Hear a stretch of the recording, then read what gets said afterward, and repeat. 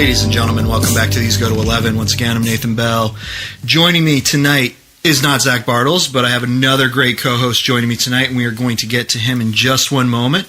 But before we do that, I want to give shout out to our sponsors. That's right. Don't forget, we have two of them this month. One is, of course, the always famous, or as Zach might put it, infamous Mission Aware. Love their products over there, though. They've got that great Romans poster, all the book of Romans in one poster on 3-foot sheet. They have tons of great drinkware. They've got tons of great wearwear. So, T-shirts, sweatshirts, all that good stuff. Don't forget, they've got the bus coming out. They had the first 4, and the next 4 are coming out in the spring. So definitely check out Mission Aware. Great group of guys, and want to give them as much love as we can. And then our second sponsor is going to be Building Hope Ministries. And actually, I have Mike Callahan with me here tonight. We're going to get to him in just a second, but just, wanted to throw that out there. Building Hope Ministries, they're part of a 5-fold ministry that deals with church construction, food for children with HIV and AIDS, children's educational needs, things like books, pens, pencils, uniforms, all that stuff, wells for drinking water, and then clothes for widows. So you can check them out on buildinghopeministries.com or buildinghopeministries.org. And like I said, I'm very excited to have Mike Callahan, who is the founder of Building Hope Ministry, with me now. Mike, how are you doing tonight? Hey, doing good, Nathan. How are you? Doing great. Little different here, not having Zach, but it's going to be good. You and I have great working history together. Yeah. Have a lot of fun over at Bethel Christian Academy, and so I anticipate tonight will be a good time too. So want to just give you an opportunity to talk to our listeners out there. Just let them know a little bit of something about yourself, friends, family. Do you have any of those things? And what's that all like? Yeah, I do. Well, thanks for having me here tonight, Nathan. Appreciate it. And I guess to bring in my family, I am married. My best friend is Cindy, and we've been married for 37 years now. Nice. Which is pretty awesome. Have 2 wonderful children, Kristen and Brandon. They are each married. And through my daughter, we have 3 grandchildren. Nice. Dawson, Peyton, and our first granddaughter, Molly. Nice. That's great. And so they are definitely the main focus of my life. That's awesome. That's awesome. And as I said, we worked together with Bethel Christian Academy, worked in the same building. I was the science teacher. You were the Bible teacher. Mm-hmm. You're still the Bible teacher. I've been promoted or demoted, depending on how you look at it. So I'm now the admin of one of the other buildings. But as one of our coworkers recently said, do you ever work at your building? Because I'm over at yours quite a bit. But we do. We have a good time, and always enjoyable seeing you over there and getting together. So want to talk to you and dive right into the ministry that you have going on here, and give me the background of it. How did it start? When did it start? Throw me the nuts and bolts of the beginning. I would say that this more than likely started back through a hurricane that came through Central America. I want to say it was Hurricane Mitch. Okay. That went through Nicaragua, Honduras back in the mid-90s. That brought awareness to the need in the church that I attend, which is Crest Hill Church in Bowie, Maryland. Okay. And some missions teams had gone down there to assess that situation. And as more and more teams were going and coming back with their slides, PowerPoint slides, and their real-life stories about the people that they had met and the need for missions and, God, Jesus down in Nicaragua. Mm-hmm. The hungrier I became to be a part of that experience myself.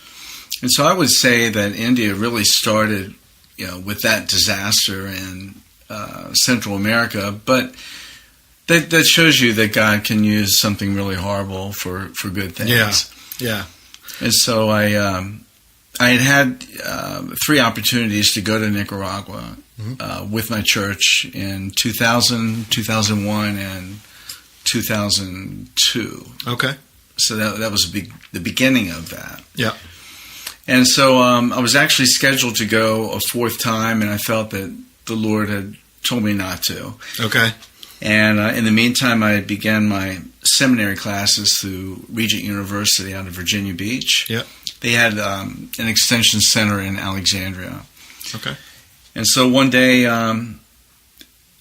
maybe about 3-4 months after my last Nicaragua trip, not thinking of anything except going to class. Yeah, yeah. I had nothing in mind about where will I go to missions next. India was nowhere close to being on my plate. Right. Of places to go. And I was on a subway, the Yellow Line, going into Alexandria. Yep. And the Lord called me to India on that train. Wow. And that in itself is a long story, but that's where the journey to India began. Okay. But I really think it had its roots in the Nicaragua experience. So you had been to Nicaragua, you said 3 times, and you were about to go on your 4th, but then felt God wasn't calling you. Is that correct? That's correct. Okay. Now I understand we could get totally into the weeds on a lot of things, but I just want to get a little bit of the history of what were you doing on the train? What were you reading? Like, what was going on to point you to India? Like, just kind of basically, how did that come about? It was around 9 o'clock in the morning, 10 in the morning. I wasn't really tired, but just had my eyes closed and enjoying the ride on a pretty empty train on a Saturday morning. Yeah. And with my eyes closed, in my mind's eye to my left was this visual of the word, of the country India. Like you might put your name into word art and make it look a lot of different ways. Yeah. It was kind of rainbowish in shape. Yeah. And it just said India. Yeah. And I remember sitting up in my seat and saying out loud, India. Yeah. And the man next to me getting up quietly and leaving because no one's, I don't know what he was thinking, but he left. My name's not India. What are you talking about? And so I remember trying to bargain with God. I'm sure that a lot of people that are listening to this right now have had experiences where they know God wants them to do something. And they themselves know God wants them to do something. But they're trying to get out of it. Yeah. And so... Good old Jonah. Oh, yeah. So I had... it was about a 2-minute conversation maybe with God. Where I said, well, you must want me to witness to the Indians in North Dakota. Right. And it was... Yeah. No. Right. And so then I really tried to make it sound good. Well... Then you must want me to witness to the Eastern Indians in the Washington-Baltimore corridor. I thought a fancy word like that might throw God off. Right. But no. And I went, you want me to go to India? Yes. And that was pretty much the end of it. Yeah. That was where the call was. So that would have been around 2003, 2004? Yeah, actually 2002. 2002, okay. Yeah. 2002 is when you got the call. When was your first trip to India, and how did you kind of start the process of, okay, I'm going to go to India. I mean, I'm assuming you hooked up with a church or an organization. I would assume this isn't just like, hey, I'm going to buy a ticket to India and head over there. No, I actually didn't know what to do, and because I just started my seminary studies at Regent University that very day, it was my first missions class. I thought that was interesting in hindsight. It was missions, and not anything like really heavy. Right. And my professor, Dr. Howard Foltz, wonderful man of God, I could barely concentrate on what he was saying the first 30 minutes or so in my first introductory class, because I was thinking about this experience, which was very real. And I went to him on the break, and I said, Dr. Foltz, I'm Michael Callahan, but can I talk to you for a second? And he was, oh, yeah, sure, tell me. And I shared the experience in very abbreviated form because he had things to do. Sure. And he just said, well, we're getting ready to go in about 3 months. Oh, wow. I suggest you pray about it. And I knew I wasn't going to go in 3 months. I knew I had my wife to speak to at home, who was not going to be fond of this idea. And honestly, I did not want to go. Yeah. I didn't want to go. Sure. I was fearful of going that far away. Mm-hmm. There wasn't much I knew about India, and it was taken completely out of my comfort zone. And sorry about that. That's okay. We leave all this stuff in here, so. Yeah, and so it took my wife and I about 3 years or so to get to get to a place to where we could each support one another with this. Yeah. And I was actually supposed to go in 2005. Okay. But there was a tsunami in Indonesia. Yeah. That actually was so massive that it hit the part of India that I was supposed to go to. Oh, wow. And so I ended up going in 2006. Okay. Wow. Now, let me ask you something. Has your wife ever been to India with you? She has not. She has not.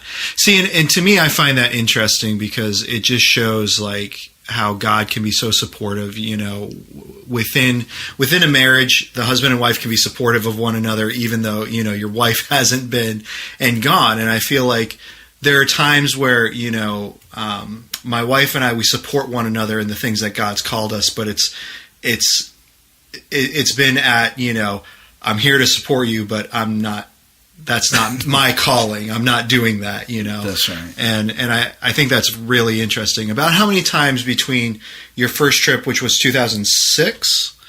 Correct. And now have you been to India? I've been 16 times. 16 times, wow. And I had never wanted to go once. Yeah. I mean, I really did not want to go. Yeah. But, through a series of events that just happened, it was undeniable that I had to go. Yeah. So let me ask you something, because Building Hope Ministries started in 2009, correct? March of 2007. March of 2007. So how did you get from not wanting to go to, okay, now I'm going to go and I've been on a trip, to essentially now we're going to start a mission organization for India? Well, as we already discussed, I mean, the very first step in that process was just after God calling me, was making sure that my wife and I were on the same page, even though she was apprehensive. Her concerns, were, I understood she was concerned about safety and those types of things, and I was too. Yeah. But once we could cross those hurdles, then I was able to hook up through Regent University, where I was in seminary. Yep. And about ready to graduate. Nice. And so the timing of it was perfect, actually. But I was able to hook up with a pastor friend of mine, Pastor Van Bloss, and his wife, Jane. And I wouldn't know this till years later, but they were going on their first missions trip, and he became my team leader. He conducted himself so professionally. I thought he's been here 10 times, right. 12 times. He had never been before. A wonderful team leader. So I went with Van and Jane the very first time I went, thinking that, okay, right, God, I got it over with. I checked the box. What's next? And so that was in February into March of 2006. And so what happened in 2007, in the beginning of the year, I went on a 21-day fast, not seeking God's will for me in India, just seeking God's will. Right, yeah. And I felt that urging of the Holy Spirit to prolong my fast, even more, to 40 days. And I'm really glad, in hindsight, that I listened, because had I just said, well, 21 days is enough, and I don't think I'm going to do that. Yeah. I may have just missed this calling because around 36 days into this, in prayer, the Lord had given me the name of the mission, Building Hope Ministries. Right. Told me what He wanted me to do. Yeah. And I took Him literally, right. Build a church, but my carpentry skills are horrible.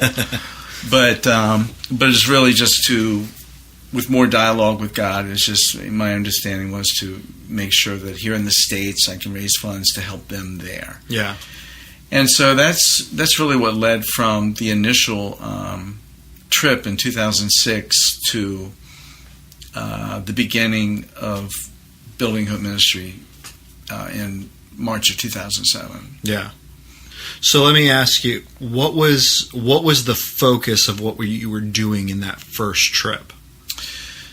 The focus was, I had actually gotten a bunch of friends of mine together. I'm a musician, I play guitar and piano. And while I really didn't know where this was leading, I knew that God was calling me there. And I knew that churches were of need. Yeah. There's a lot of things we're involved in now that we weren't involved in initially. Yeah. But I got a bunch of friends together, and we formed a band called The Project, which lasted about 10 years. It was one of the arms of Building Hope Ministries. Yeah. And I just posed the idea of, hey, you think we can raise funds, buy the land to help build a church on? And everyone agreed to do that, and that was pretty much how it all began, with having a church plant as a main focus.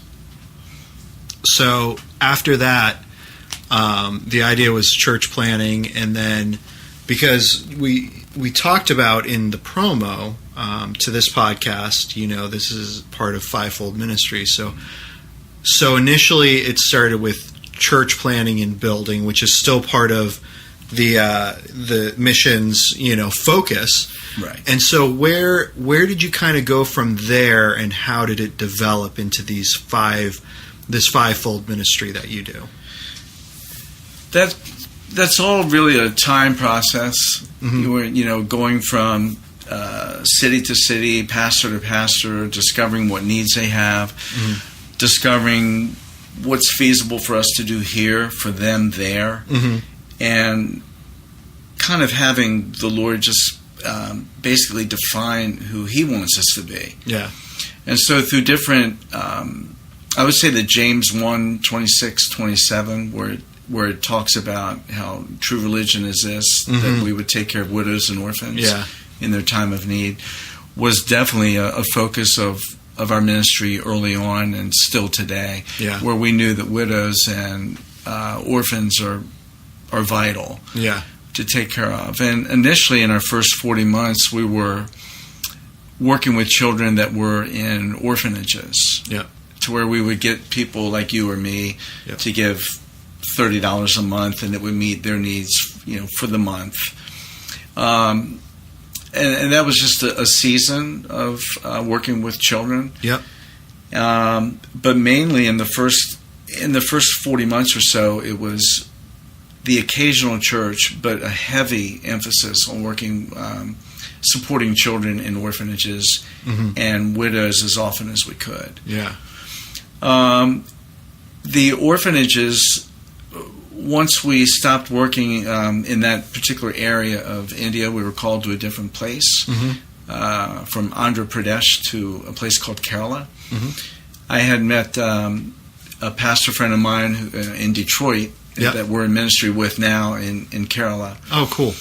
And through dreams and visions came the need to work with children with HIV/AIDS. For me, it was a dream.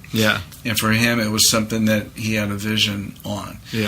And some complete stranger walking into his office one day saying, "Can you help us with HIV/AIDS?" After both of these things had happened. And so that led to our working with children with HIV/AIDS. And widows as well. And then with that particular pastor, we started to work in supporting different villages with wells. Before we had not been doing that. Okay. And then education needs started to come into play. Yeah. That's neat. Yeah. So would you say still today, because it sounds like it's been fluid over the years in terms of where you focus on in the ministry. So you started kind of with the orphanages and the orphans, and then it kind of the vision and moved somewhere else. Do you think it's still changing with what you might be doing, or do you think you're pretty set now in this is where our focus is going to be? Well, with God, Right. Right. I guess for us to say, here we are and nothing will change, that'll be the day where God changes stuff. But it does seem as if I believe that we're in a place now that God wants us to be. Yeah. Where our focus isn't scattered everywhere. Right. That it's that even though it is 5 individual ministries that we are a part of, it's really out of those 5, there's 2 that are kind of the big guns, if you will. Sure. And that would be the church planning, which is there's always a need for that. Right. And also children with HIV/AIDS. I mean, that literally is a matter of life and death. Yeah. Because they've received their medications for the government for free, right. but without nutrients, they were dying. Yeah. And it was unacceptable, to us. Yeah. That we would just ignore that we would do everything we could to help whoever we can. Right. But with the Wells, with the Wells ministry, that kind of comes into play just whenever there's the need. Sure. It's not like a monthly need. Yeah. With children, with education, that's somewhat the same. At Christmas, we help them with school uniforms. Yeah. Or it could be an occasional tuition here and there, or backpacks, or whatever the need. And usually with widows, it's an annual event where we try to raise as much support as we can to help them at Christmas with new wardrobes. Their saris that they wear. Yeah. That's neat. Well, I just want to remind our listeners we're here talking with Mike Callahan from buildinghopeministries.com or buildinghopeministries.org, either one. You can find them on Facebook and Twitter. So just want to throw that plug in here so people can go and check out all this stuff.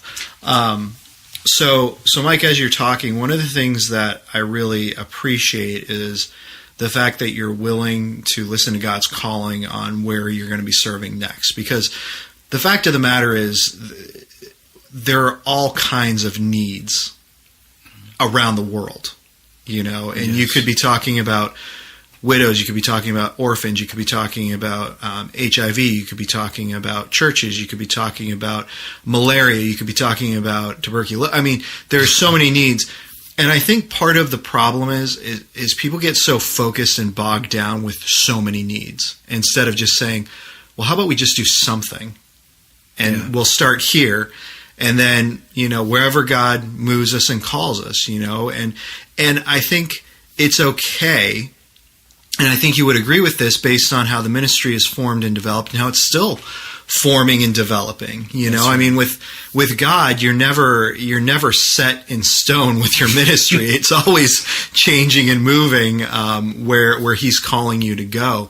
Is the fact that, and I think you would agree, the orphans ministry is no less important then or now than it was to you then. True. But God has moved you into a different direction, and has allowed you with children, and has allowed you to move in that direction, and still help children, but in a different way. That's right. And one of the things that I feel like can be so disappointing sometimes is as Christians, we have our hobby horses of things. It's like, this is what I'm gung-ho about, and I mean, name your issue, abortion, homosexuality, all these issues that come up. And, it's fair to say that they're bad and we should be doing something. But, I know that some people take heat because, and I'll be honest, I'm one of the people that when abortion topics come up, I'm not blasting my Facebook page with, anti-abortion stuff. And the reason why I don't do that is because I feel like I'm called to a different aspect of ministry, and you listen to the podcast, you'll hear very clearly I'm against abortion. You'll hear very clearly we take a biblical stance on marriage, but I'm not going to throw things out on my Facebook that's going to, take away from my potential audience base. Sure. And it's not because I'm ashamed, it's because I don't feel like that's the forum to do it.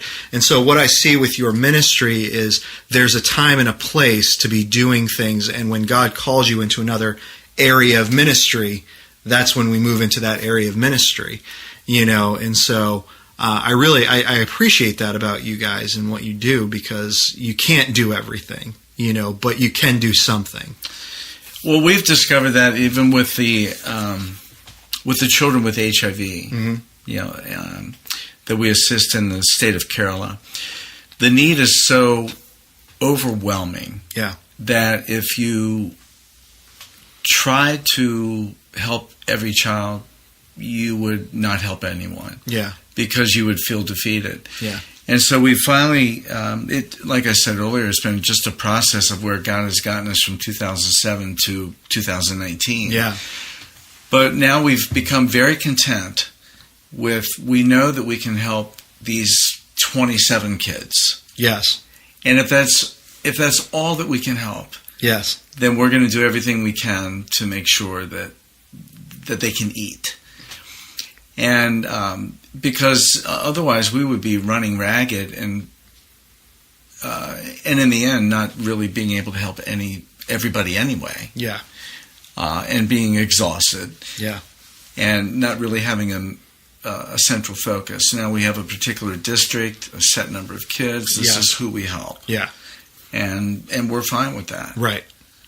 And two, correct me if I'm wrong, it's not that you're not willing to see who else God brings for you to help, but this is what you have right now. Correct. And that's what's important is, where God has you right now. That's right. There's a lot of ideas that we discuss and pray about, and that we never get to, just because it could be for a variety of reasons. Maybe we don't feel God wants us to go there. Or we just don't have the resources. But we do consider a lot of different things, but we try to stay focused on what we've been doing. Because we feel that helps the ministry. For the outsider looking in. Like, what do we do? I definitely understand. So 16 times going to India, plus or minus. So you must have some really great highlights from the ministry and things that you've done. I would also assume that not all of it has been, great, that there have been some moments where you've been scratching your head like, what in the world? But I want to talk to you about some of those things, but I want you to start with some of the highlights. What are some things that really just stand out to you over the course of those 16 trips? Because, that's a lot of time. I would assume your average time is 10 days for a trip, so that's, close to 160 days, again, plus or minus, that you've been over there. So it's depending on the time of the year. In the summer, sometimes it's been 20 days, 21 days. In the wintertime, with my school schedule and teaching, my employer, our employer, has been very understanding, and maybe it's an 8-day trip. And, but over time, one of the things I've discovered about the people in India versus our culture, and I really think I need to compare the two, is they are so willing to worship on a foundation that has no walls. And keep praying for the money that's going to come in to one day build these walls in faith. Maybe 7 years later. only then to continue to worship Yeah. in hopes that God will one day provide a roof. Yeah. And if he doesn't, they're going to worship him anyway. Yeah. And so when they have their church dedications, it is such a huge deal Yeah. because there has been so much time that has elapsed between a cornerstone Right. and the final window being put in the wall, or Right. whatever the last step is. And I kind of have to laugh about that sometimes with the impatience that I observe Sure. in America, to where if we don't have this built in 6 months, Right. we're failures, or, Right. or whatever people think. Yeah. And so that's one thing I've definitely have discovered in India, and wish I had more of, honestly. Yeah. On a personal level, and I wish our country had more of that, with just the patience that they have Yeah. and the faith that they have Yeah. in knowing that whatever happens, Sure. they're going to worship God anyway. Yeah. Yeah. Well, it's interesting you say that, because I know I've been part of a denominational organization before, countrywide organization. And I mean, it's a worldwide organization, but just dealing with the country. And, they used to kind of rate their church's performance on, quote unquote, converts coming into the church. And we have these ratings and standards of success. Right. And you're right. There's just there isn't that level of rating and success over there. It's it's really truly an understanding that it's God's church. The universal church belongs to God, and He's going to build it, whether physically or spiritually, in His time. That's right. They're more than content to sit under a tree and worship the Lord in the rain. Yeah. So it's but the building, though, the physical structure of a building absolutely helps them in that. Sure. If it is pouring down rain, Right. or if they're having a celebration of some kind, a dinner or a wedding ceremony or whatever it would be, then there are benefits to the actual building itself. Yeah. But they don't get caught up in that, though. Yeah. So that's one thing that over time I've observed and have really embraced. Yeah. I guess another thing too that like a cameraman would put on a specific lens for a particular shot. Yeah. When we first had the call to help children with HIV/AIDS, our focus, our lens was, let's make sure they eat. Sure. Which was the obvious lens to put on. Right. And over time, what we have discovered, I have seen these children every trip that I go, and kids whose dreams were, where's my next meal coming from? Yeah. Are now dreaming about, I want to be a policeman when I grow up. I'm talking about like kids in middle school or, maybe, 11, 12 years old. Yeah. I want to be a policeman. I want to be a dancer. I want to be a pastor. Yeah. And so they have these dreams. And what this has done, unfortunately, the community of children with HIV/AIDS, or, well, actually, whether you're a child or an adult, right, it's kind of an unspoken disease. Yeah. Because if someone knows that, that you have this, you can be excommunicated from the community. Yeah. You can be kicked out of school. So they're a strong community in and of themselves. Right. But what I have found with that is that some of the caretakers for the children who are not believers in Christ, over time, have seen the love of the pastor who has welcomed them in to the church for worship once a month, who has given them meals, who they don't understand the love that people can give from overseas to help this child eat. It's a love that they've never experienced. And so the lens that we never saw coming was that these caregivers were turning to Christ. That these caregivers were going into ministry. And so that is one of the things that is definitely a highlight of just knowing that we had a certain process Yep. that we were going by, Yep. and the Lord honored it, Yeah. and He did even more with it. Yeah. And that, to me, is just an amazing God. Oh yeah, yeah, absolutely. I mean, going just so much more than you ever thought or hoped or imagined, and it's amazing because we in America we've come to put God in a box so small, in what we think He can do and how He can work and move, and it is true. You go overseas and those boxes just get blown to pieces. Yeah. And it's such a neat experience to see those things and witness those things. Tell me about, because as good as the good is, I think also being able to reflect on, man, this was bad, because sometimes people too, when they look at missionaries, almost put this, I won't say godlike, but demigod-like figure on them, where it's like you've got to be a certain person and you got to have a certain personality to do this, instead of like just, being willing to go where you're called, and it doesn't matter who you are. Talk to me about some of the frustrating experiences that you've had personally with things. In India? Yeah, being over there and so people can be like, oh, this is actually a real dude who still has frustrations and problems too.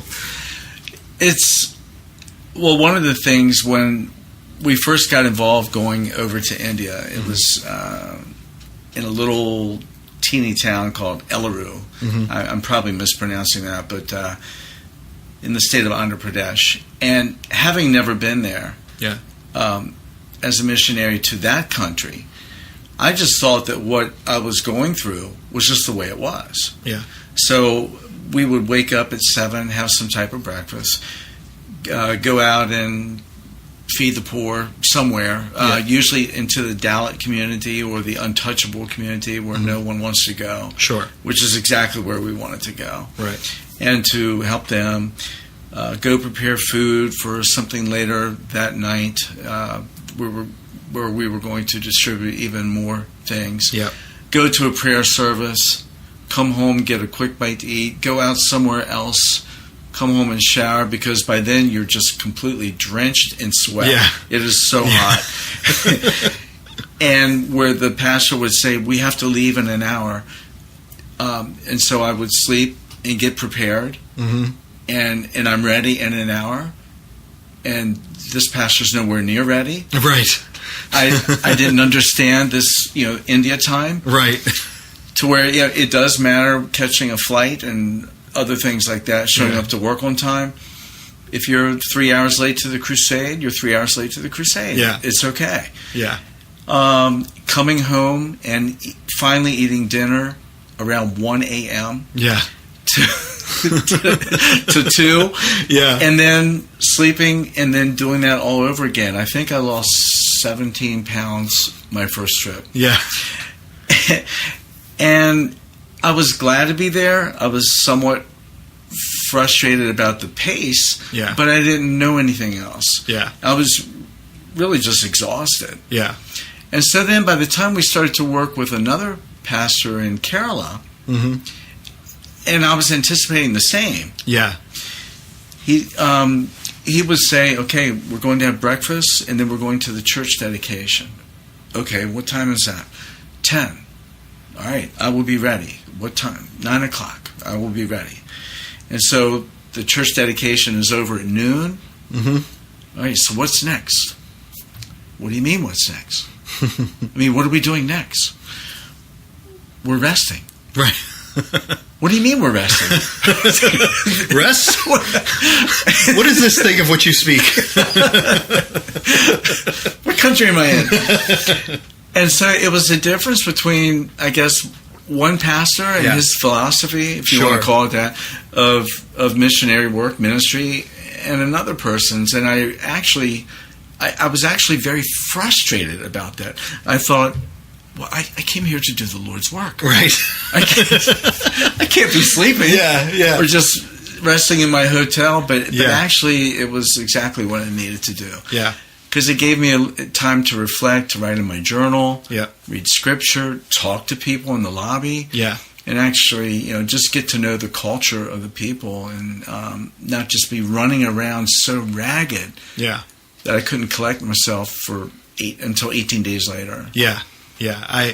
It's funny you say that, because I remember my senior year of high school, I went to Jamaica on a mission trip, and I had been on several mission trips before then, and so I was, even out of the adults, I was the most experienced missionary that was on the trip. And I remember we were keeping that pace that you talked about for the first 4 days of the trip, and even for a bunch of teenagers to try to keep that pace is rough.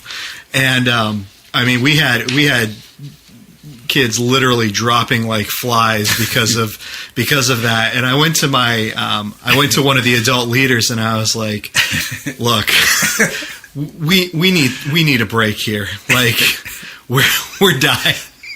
And I remember, he looked at me, and I had a really good relationship with this person, even still to this day, one of my closest friends, and at that time it was one of my teachers. And he had taken several hours and was praying, and came back, and he was like, you know what, tomorrow we're going to sleep in.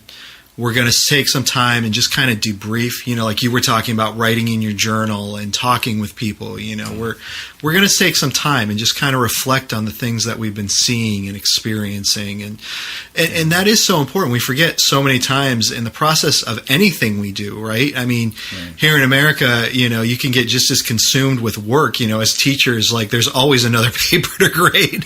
There's always another email to write, there's always something. And remembering that, God gave us the great gift of rest, and taking that opportunity, even overseas on a 10-day mission trip, taking that opportunity to rest.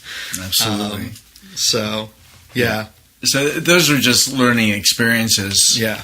And rediscovering, I guess, because the pace in Nicaragua was kind of like it is now. Yeah.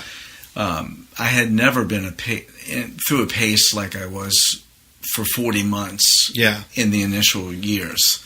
Yeah. But I just figured that's the way it was there. Yeah. Yeah.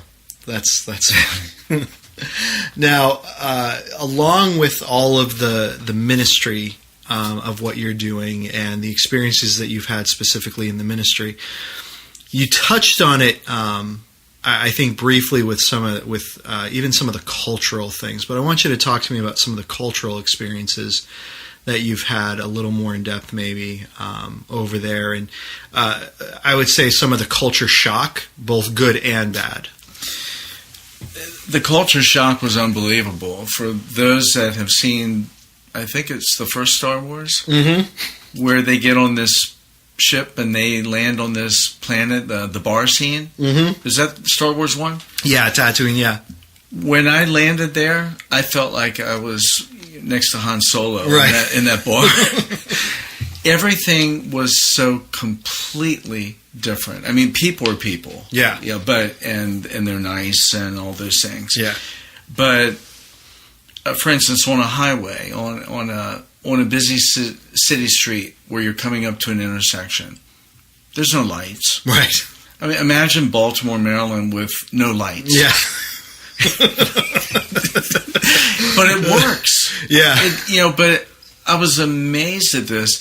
But instead of cars or motorcycles being to your left and right, the lines in the road mean absolutely nothing. Yeah. They're designed to where they think 3 cars will go here. Right. But on the far left, you have a camel. And then you have in a downtown busy street. Yeah. And you have a motorcycle, a couple cars, a big bus. It could be anything. Yeah. And so, and just the busyness of it, the honking horns at all times. Yeah. Where here, could lead to death. Right. Yeah. Over there, it's the way it is. Yeah. You need to move, I'm honking my horn. Right. That type of thing. So traffic-wise, in the cities, it was absolutely amazing. Yeah. The busyness of that. That's funny. But now the food and the colors, that's one thing that I think about often. Just the colors in India are beautiful. Yeah.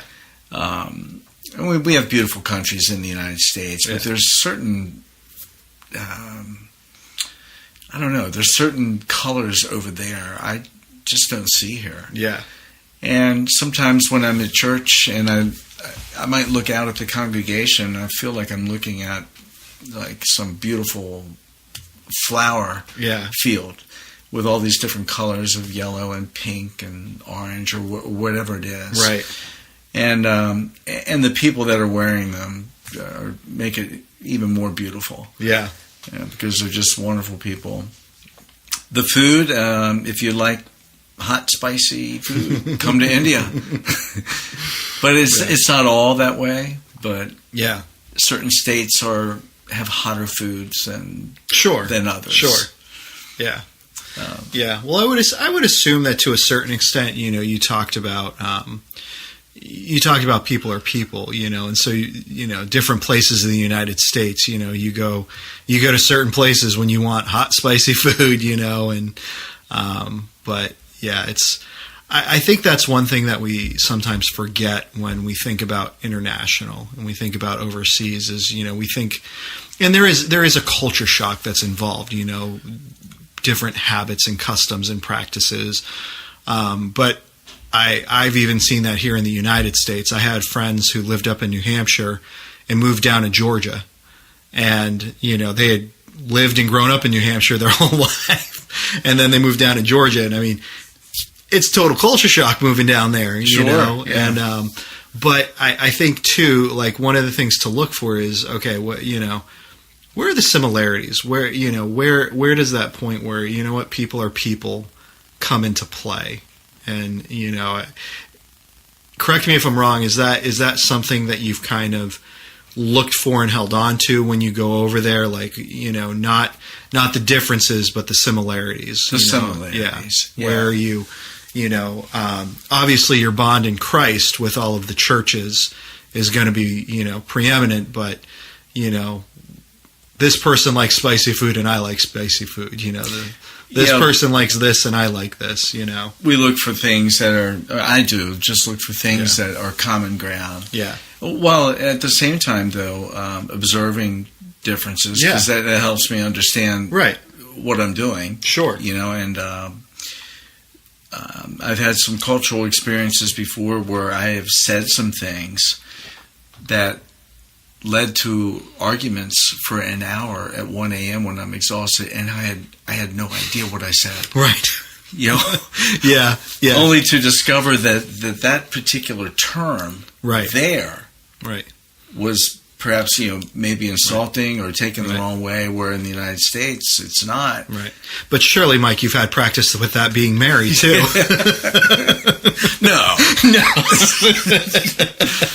My wife and I were just talking last night. We've never had an argument. I've never had an argument that I've lost before. Just kidding, honey. But one of the things culturally I've that's just so beautiful,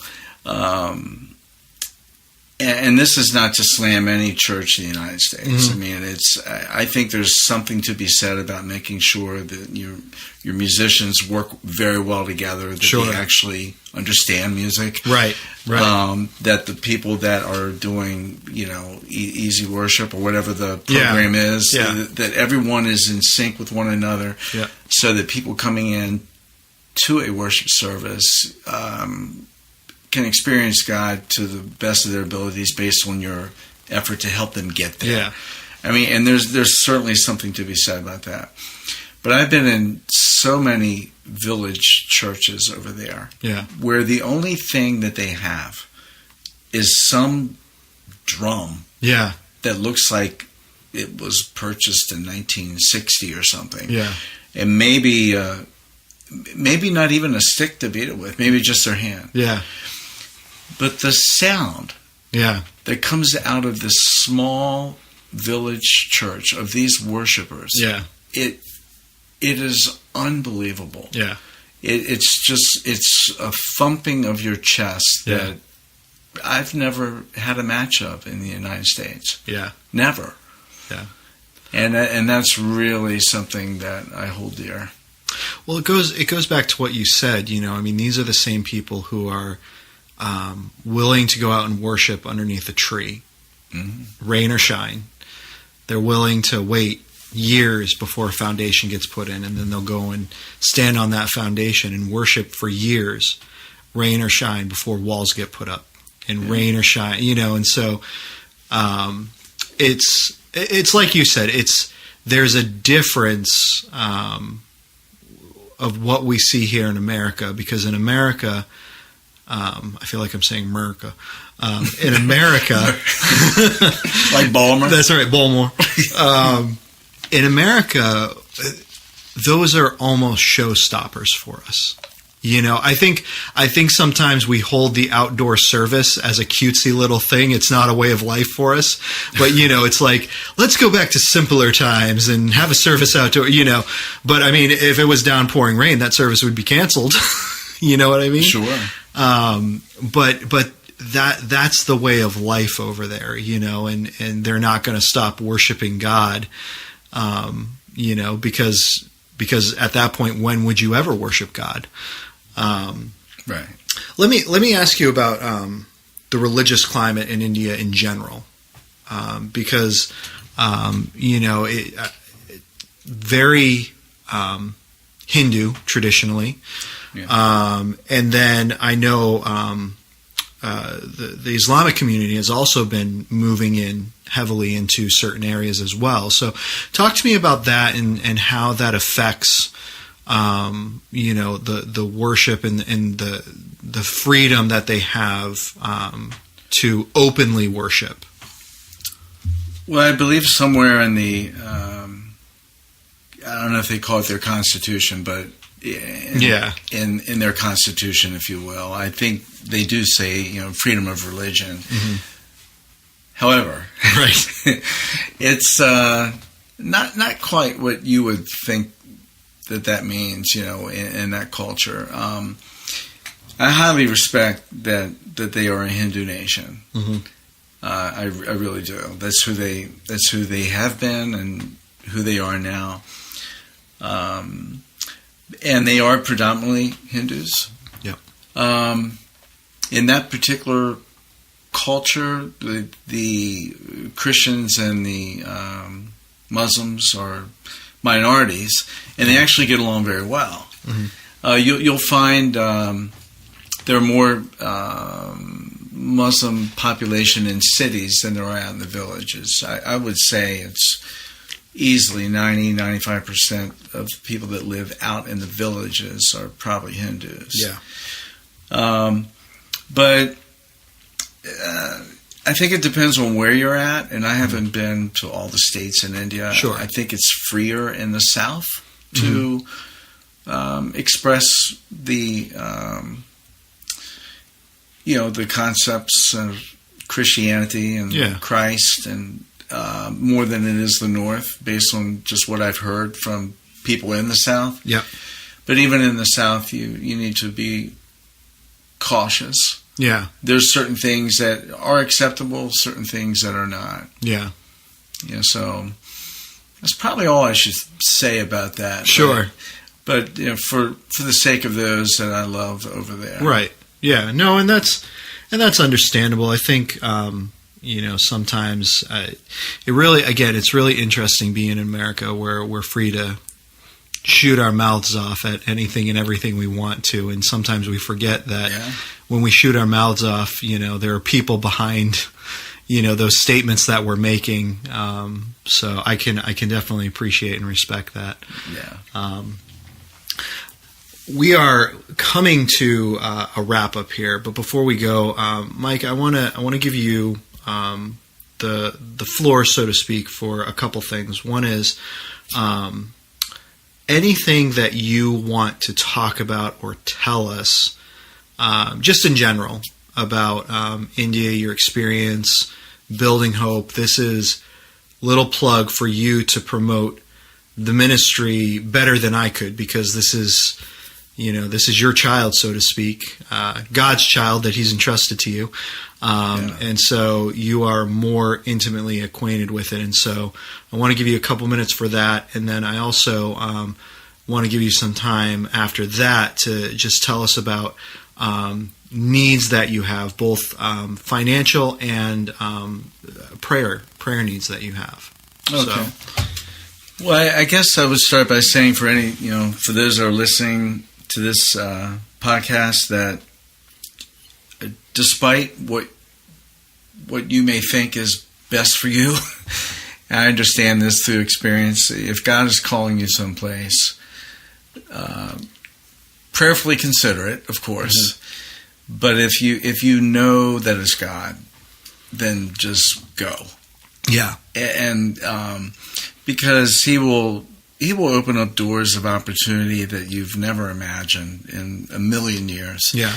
And show you and teach you different things. And so I guess I just want to encourage anybody out there that might be struggling with that, because I know what that was like. Yeah. For someone who had wanted absolutely nothing to do with India. Yeah. And now I can't imagine my life without it. Yeah. And so it's one of those things. So I would encourage the listener just to follow God's lead on that. And He was patient with me. He waited. Yeah. He probably knew it would take me 4 years. I mean, He knows everything. Right. So it wasn't necessarily that I was disobedient, more than just I needed time. Sure. And so that's the one thing I like to encourage people about. The second, I guess, is with India is we have a lot of friends over there, mm-hmm. and a lot of people in ministry. I guess maybe I'm crossing over into a prayer need now, but while I'm thinking about them, just to keep them in prayer. Yeah. Because they, when they consider the cost, as Christ said, mm-hmm. They do so more than we will ever do here. Yeah. At least in 2019. Yeah. Our country's going through some changes, but not like that. Yeah. And so when they give their lives to the Lord, it could be that they are removed from their family. Yeah. It could mean that there's harm brought to them. Sure. Yeah. Maybe even death. Yeah. And so, prayers for people who are in that category, whether they're a pastor or just simply a believer, are very much needed. Yeah. But I guess for our ministry, a couple things that we have coming up are we're focusing on churches in March. Okay. And children with HIV/AIDS in April. Yep. And people can visit our website to find ways that they can to give to that cause. Yep. if they feel led to do so. Yep. One thing I believe is very important that the listener knows is that our organization does not, nor has ever, taken any fees. Mm-hmm. So if someone gives $100, let's say, for widows, $100 goes to widows. Yeah. And that's the way it's always been, with Building Hope Ministries. Yeah. There's no salaries. We're not opposed to organizations that have them. Right. We just don't want them. Right. And so we figured if donations are coming in, it needs to go to the purpose for which we were created to be in ministry anyway. Yeah. Yeah. And I think it's good that people understand that. Yeah. Yeah. No, and again, that's one of the things that I really really appreciate about you and your organization too is whatever people earmark those funds for, that 100% of it's going to go there. So that would be right. Yeah. Yeah. So, well, Mike, this has been a pleasure. Really Yeah, appreciate thank you you so coming much. on. Don't forget, you've been listening to Mike Callahan from Building Hope Ministries. You can check out the website, buildinghopeministries.com or buildinghopeministries.org. Either one will take you right to the site, and just check on it from there. Mike, I know in preparation for being on the podcast, you've done a lot of work to the website to kind of update and streamline some things and make sure it's easily accessible. So, right. This is not just been a good opportunity for us on These Go to 11 to have you on, but I know it's been a good opportunity for you to kind of organize some things that you were kind of like, well, we've got it and it's there. But, you've been working hard to get everything kind of organized. So, please check out the website and check out what they're doing over there at Building Hope Ministries. It's a great organization, and well worth your time to, at the very least, go and look around and, take some time to, like I said, at the very least, pray for these people. We have our listeners on all the time, missionaries who will come on, and they have trouble asking for money, but I don't. So please give to Building Hope Ministries and their various needs, as well as be praying for all their needs as well. So, Mike, this has been great. Hopefully we can do this again sometime, maybe make it an annual thing where we get an annual update from you and Sure. check in on what's going on. That'd be great. No, thanks, Nathan. Absolutely, my pleasure. Until the next time, Mike, we just rocked the Casbah. These Go to 11